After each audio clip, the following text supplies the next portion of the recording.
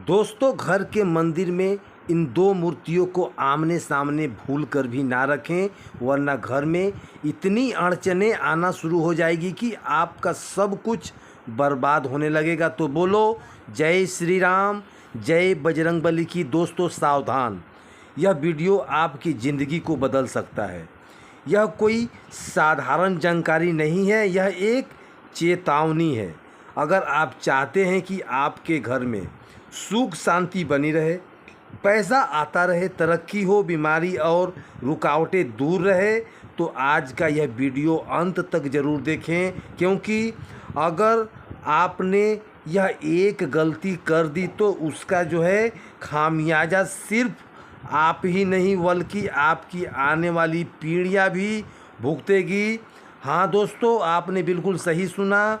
सिर्फ एक गलती जो लोगों को आम तौर पर अपने मंदिर में करते हैं और फिर रोते हैं कि पता नहीं किसकी नज़र लग गई है, किसका श्राप लग गया है। क्या यह कोई पितृदोष है, क्या यह कोई ग्रह दोष है, या फिर कोई वास्तु दोष है। लेकिन असल वजह आपके ही घर में होती है, आपके ही मंदिर में होती है। आज हम जो आपको बात कहने जा रहे हैं उन दो मूर्तियों की, जिन्हें अगर आपने आमने सामने रख दिया तो समझ लीजिए घर में अड़चने, विवाद और बर्बादी का कहर शुरू हो जाएगा। आप इसे रोक नहीं पाएंगे, नामुमकिन होगा रोकना। यह कोई मनगढ़ंत बातें नहीं है, यह एक शास्त्रों में, वास्तु शास्त्रों में और बागेश्वर धाम सरकार की अचूक साधनाओं का आधारित रहस्य है, जिसे जान हर गृहस्थी के लिए अनिवार्य है। जो वीडियो में आगे बढ़ने से पहले आपसे निवेदन करेंगे कि हनुमान जी के अगर आप सच्चे भक्त हैं तो इस वीडियो को एक लाइक करें और कमेंट बॉक्स में जय बजरंगबली की, जय श्री राम अवश्य लिखें। दोस्तों, भारतीय परंपरा में मंदिर घर का सबसे पवित्र स्थान माना जाता है। यहाँ केवल मूर्तियों की पूजा नहीं होती बल्कि वहाँ भगवान की साक्षात उपस्थिति भी मानी जाती है। लेकिन जब हम उस स्थान पर भी अनुशासन नहीं रखते तो मूर्तियों को गलत दिशा स्थिति में रख देते हैं, तो वहीं ऊर्जा को कल्याणकारी होती है उल्टी हो जाती है और जीवन में दुख का सैलाब आने लगता है। सबसे बड़ा दोष तब होता है जब हम शिवलिंग और हनुमान जी की मूर्ति को आमने सामने रख देते हैं। ये दोनों देवता अत्यंत शक्तिशाली हैं, लेकिन उनके स्वरूप और कार्य एक दूसरे से बिल्कुल भिन्न है। एक तरफ शिव शांत हैं, ध्यान मग्न हैं, वहीं दूसरी तरफ हनुमान जी अति गतिशील, ऊर्जावान और सेवा भाव में लीन रहते हैं। जब इन दोनों की मूर्तियां आमने सामने आती है तो उसकी ऊर्जाएं टकराती है और घर में शांति की जगह असंतुलन पैदा हो जाती है, अशांति फैल जाती है। दोस्तों, शास्त्रों के अनुसार शिवलिंग को हमेशा उत्तर दिशा की ओर इस प्रकार स्थापित करना कि पूजा करने वाले का मुख पूर्व दिशा की ओर हो। वहीं हनुमान जी की मूर्ति को दक्षिण दिशा की ओर मुख करके बैठाना शुभ माना गया है, क्योंकि हनुमान जी की दक्षिण मुखी होता है रूप, वह राक्षसों का नाश करने के लिए है। लेकिन अगर आपने इन दोनों की मूर्तियों को इस प्रकार रख देंगे कि वह आमने सामने हो जाए तो समझ लीजिए दोस्तों, देवताओं की ऊर्जा घर के अंदर भिड़ने लगेगी। इसके कारण से अक्सर कलेश, बीमारी, व्यापार में नुकसान, पढ़ाई में बाधा, कोर्ट कचहरी के मामले में कभी कभी तो संतान तक की हानि का योग बन जाता है।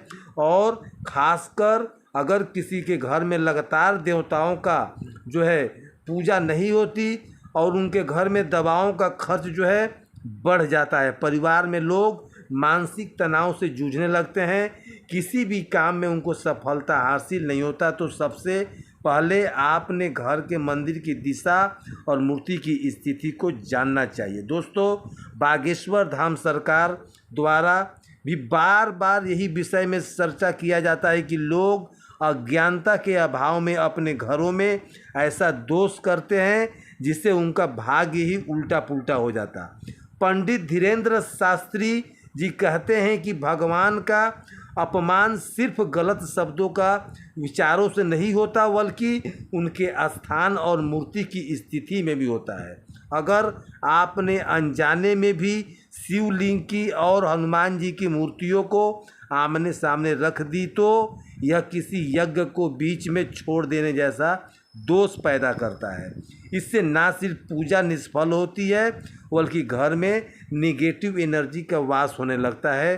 कई बार लोग कहते हैं कि हमने तो रोज़ हनुमान जी की पूजा की, हनुमान चालीसा पढ़ी, हमने तो शिवरात्रि का व्रत भी रखा और शिव जी का पूजा भी किया, लेकिन लाभ कुछ नहीं मिला। इसका कारण यही होता है कि हम मूल गलती को पहचान नहीं पाते। दोस्तों, अगर आपने अब तक यह गलती की है तो अब डरिए और सावधान हो जाइए। बागेश्वर धाम के अचूक उपाय के अनुसार सबसे पहले इन मूर्तियों की दिशा ठीक करें। शिवलिंग को मंदिर में अलग स्थान रखें जहां किसी अन्य देवता का सीधा दृष्टि ना हो।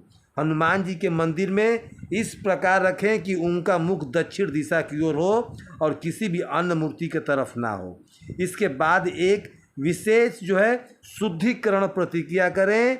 घर के मंदिर में गौमूत्र का छिड़काव करें, फिर गंगा जल से धोकर 11 बार ओम नमः शिवाय और ओम हनुमंते नमः का जाप करें। यह क्रिया करते समय घर के सभी सदस्यों को मौन रखना चाहिए और भगवान से क्षमा याचना करनी चाहिए कि भूलवश यह दोष हो गया है। विश्वास मानिए, जैसे ही आप यह उपाय करोगे घर की नकारात्मक ऊर्जा नष्ट हो जाएगी और शांति, स्वास्थ्य और समृद्धि का मार्ग फिर से खुलने लगेगा। दोस्तों, इसके साथ ही एक और अचूक उपाय बताना जरूरी है।